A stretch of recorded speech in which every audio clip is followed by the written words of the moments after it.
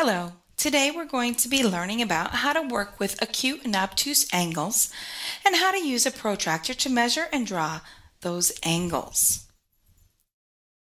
Now the first thing we're going to do is get out our protractors.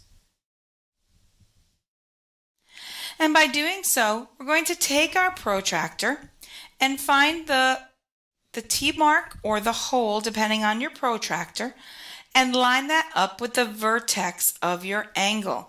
Now this is very important to make sure that your vertex is directly aligned with your protractor. Once you have that done, it'll look just like this. You're going to make sure that your line is lined up with your angle.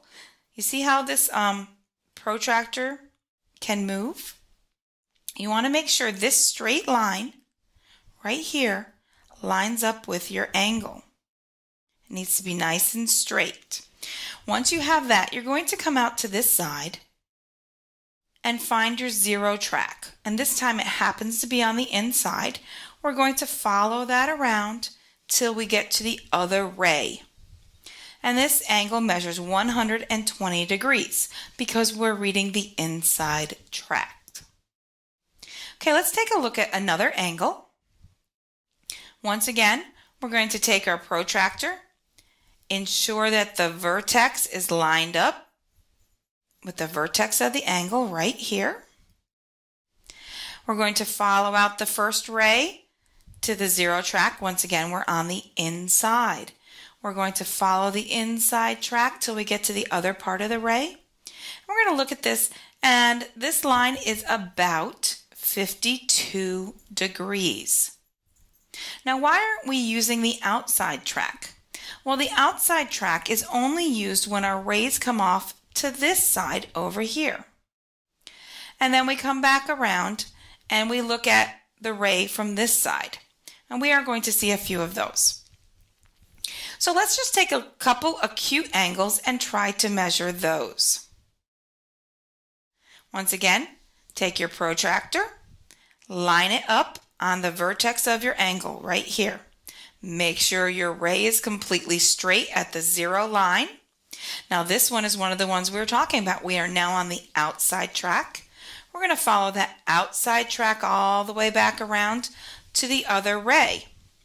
And this one measures 64 degrees. So in this box right here,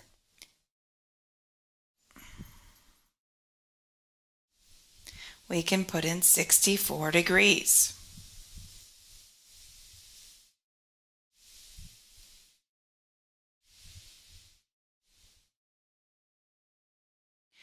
Okay, let's look at another angle. We're going to take our protractor and we're going to move it to another acute angle, ensuring that the vertex is lined up with our T on our protractor.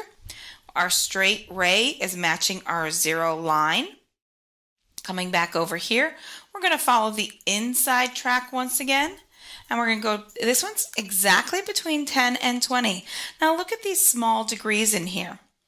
1, 2, 3, 4, 5. It looks just like the parts of a ruler, and so halfway between 10 and 20 is 15. Let's look at a couple obtuse angles now. Exact same concept. We're going to line up our vertex with the T or the hole on our protractor. Now this one, neither line lines up, and this is when we're going to have to start turning our protractor to line up that zero line. We're going to start on the outside track because that is the one our ray is touching. We're going to come around on the outside track all the way around, oh my goodness, all the way to 125 degrees.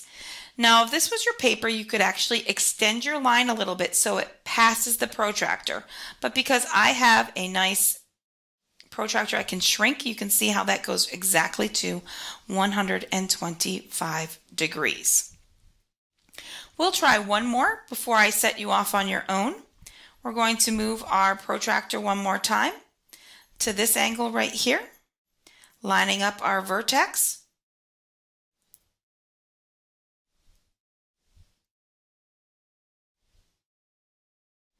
This one's a little tricky. It doesn't want to get right on that vertex. There we go. And now we're going to rotate the protractor so that our 0 lines up with our ray. Once again, we're following the inside track all the way around.